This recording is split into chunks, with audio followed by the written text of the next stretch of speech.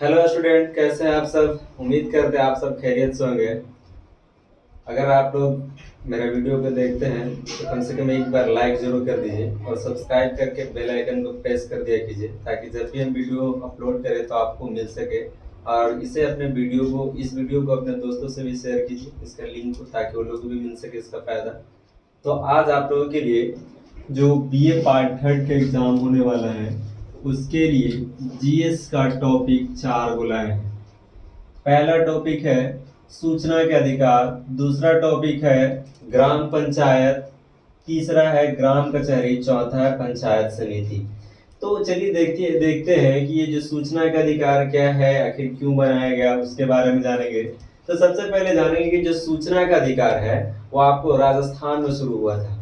राजस्थान में शुरू हुआ था और इसका ये नियम को बनाने वाले कौन थे, तो केंद्र सरकार थे।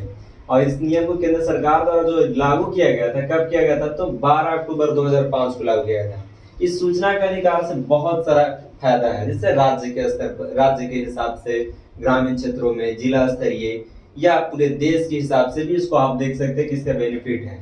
जैसे किसी चीज में अगर आपको, चाहे आपका केंद्र सरकार का काम हो या आपका राज्य सरकार का काम हो या आपका जिला परिषद का काम हो, या किसी भी चीज में आपको लगता है कि वहां पर जो काम हो रहा है जो है से अच्छा नहीं हो पा रहा है या आपको ठगा जा रहा है, तो आप उसकी सूचना दे सकते हैं। या किसी चीज को, अगर आपको कोई सामान जो है चोरी हो गया है, कोई ले गया है, तो उसका भी आपको शिकायत कर सकते हैं। उसके लिए आप एक फॉर्म जो है भरना पड़ता है। उसका जो आपका फॉर्म फिलअप करिएगा, उसके बाद जो आप इसको जिस स्तर के हिसाब से होगा, जिला के हिसाब से होगा तो जिला के हिसाब से आपको अपने जिला में जाकर के उसका सूचना देना होगा।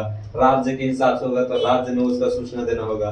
तो सूचना के अधिकार के माध्यम से बहुत सारा फायदा है। जैसे आप किसी चीज को खरीद रहे हो, उसमें आपको कुछ ज्यादा पैसा लिया जा रहा है जो कि उचित नहीं है, तो आप उसका भी सूचना दे सकते हैं इसके माध्यम से। इसके टोल फ्री नंबर भी होते हैं ना। अब यहाँ देखिए, उसके बाद कहा जा सकता है कि जो सूचना का अधिकार है, इससे लोग क्या होते हैं, लोग क्या है, जागरूक बहुत हो गए हैं। क्योंकि लोगों को जब तक पता नहीं होगा कि सूचना के अधिकार के हिसाब से हमको फायदा क्या है, तो लोग इसको करेंगे नहीं। अब इसको करने का फायदा ये है कि अगर आपको कोई ठग रहा है तो आप उसको बता सकते हैं, भाई सूचना दे करके, भाई इसका रेट इतना ले रही है, इतना वसूल रहे हैं।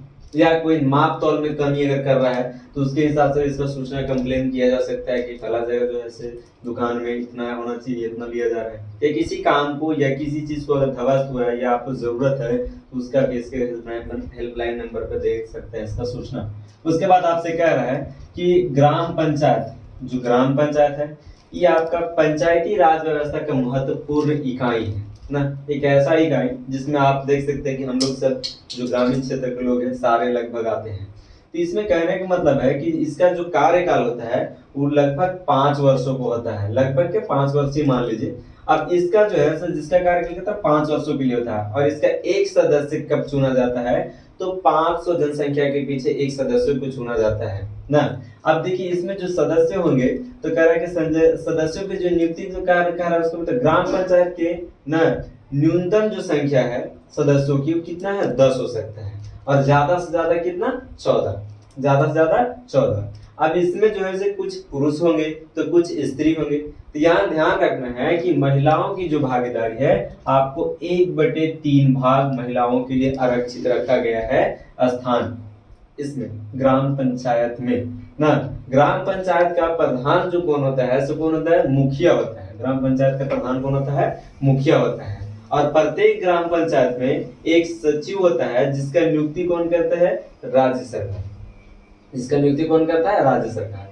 तो आपको पता है कि यहाँ पे, या अगर आपसे कभी कभी कोई कहते हो, ऐसे लोग कहते हैं कि 33% आरक्षण है, इसके हिसाब से कहा जा सकता है, लेकिन आप कह सकते हैं 1/3 भागी। अब देखिए इसमें जो अगली बात है कि अगर आपसे कोई सवाल पूछे तो वस्तुनिष्ठ भी सवाल आपको काफी बनने वाले पूछेगा। सूचना का अधिकार किस राज्य से शुरू हुआ, तो आप आराम से कह सकते हैं कि सूचना का अधिकार की शुरुआत कहाँ से हुआ था, राजस्थान से। सूचना का अधिकार का नियम कब बनाया गया, तो आप कह सकते हैं सिंपली 2005। अगर आपको वहां पे तारीख के हिसाब से बताना तो 12 अक्टूबर 2005 आप कह सकते हैं। अब उसके बाद अगर आपसे लंबा अगर टाइप के क्वेश्चन बोल दे, जैसे 2 नंबर 4 नंबर के सवाल पूछे कि भाई ग्राम पंचायत है क्या, उसका काम क्या है, तो आप आराम से कह सकते हैं कि ग्राम पंचायत पंचायती राज व्यवस्था का एक महत्वपूर्ण इकाई है, जिसमें कहा जा सकता है जिसका कार्यकाल कितना है, 5 वर्षों तक का होता है। इसमें न्यूनतम सदस्यों की संख्या 10 और अधिकतम 14 होता है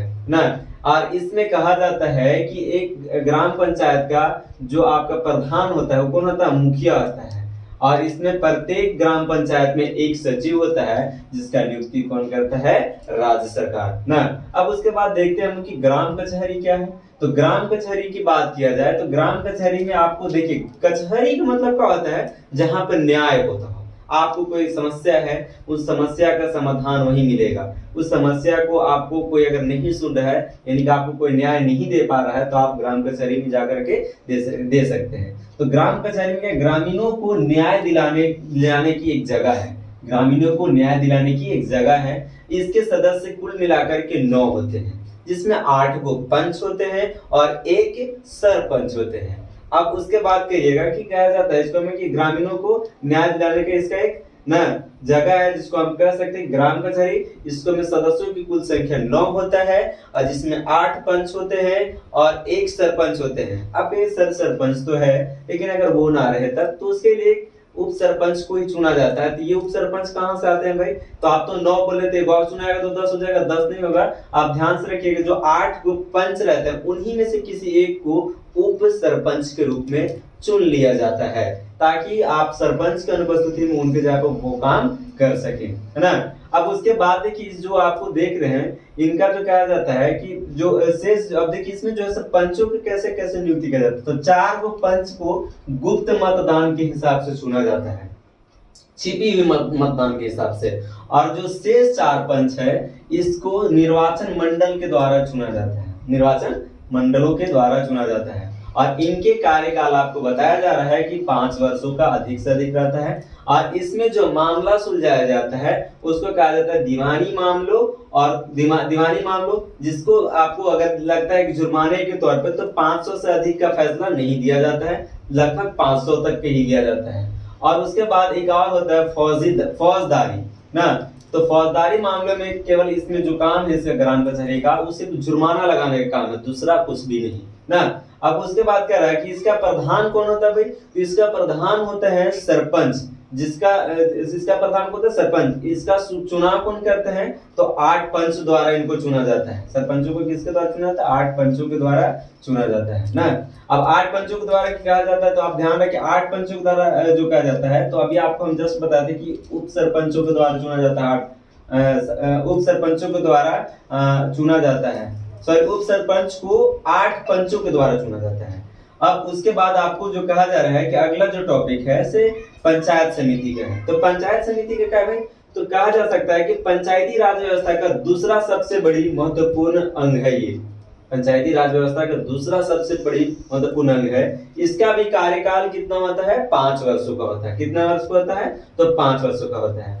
अब देखिए यहाँ इसका जो मुख्य काम है से क्या है, तो अपने क्षेत्र के लिए वार्षिक योजना बनाना, अपने क्षेत्र के लिए वार्षिक योजना बनाना, ताकि उससे क्या किया जा सकता है। जो क्षेत्र में मान लो कि कोई काम ऐसा है, जैसे आपका नदी, नहर, नाला या गांव की बहुत सारी समस्या रहता है जनता का, उन समस्याओं के लिए एक योजना बनाना है। और योजना बना करके उसको किसको प्रस्तुत कर देना है, जिला परिषद को। और जिला परिषद इसको क्या करेगा, राज्य सरकार से उसकी मांग करेगा, और उस मांग को जब मिलेगा तो फिर किसको दिया जाएगा, तो पंचायत समिति को दिया जाएगा जिला परिषद के माध्यम से।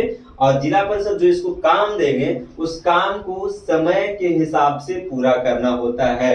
यही काम है पंचायत समिति का। अब देखिए इसमें वस्तुनिष्ठ सवाल बहुत सारे बनने वाले हैं। तो पूछा जाएगा कि पंचायत सूचना का अधिकार कहाँ शुरू हुआ, तो राजस्थान से। पूछा जाएगा कि सूचना का अधिकार का नियम कब बनाएगा, तो 12 अक्टूबर 2005 या 2005 भी मिलेगा तो कोई दिक्कत नहीं है। उसके बाद अगर आपसे पूछा जाएगा कि ग्राम पंचायत से सवाल देखिए क्या बनेगा, तो ग्राम पंचायत में पूछा जाएगा आपसे कि सदस्यों की न्यूनतम संख्या कितनी हो सकती है, तो 10। अगर आपसे पूछा जाएगा कि ग्राम पंचायत में सदस्यों की अधिकतम संख्या कितनी हो सकती है, तो 14, है ना। उसके बाद अगर आपसे पूछा जाएगा कि बताओ कि ग्राम पंचायत में महिलाओं के लिए आरक्षित स्थान कितना है, तो 1/3 भाग, या कभी कभी दिखेगा आपको कि 33% ना। अब ग्राम पंचायत का प्रधान कौन होता है, अगला सवाल बन सकता है, ग्राम पंचायत का प्रधान कौन होता है, तो मुखिया ना।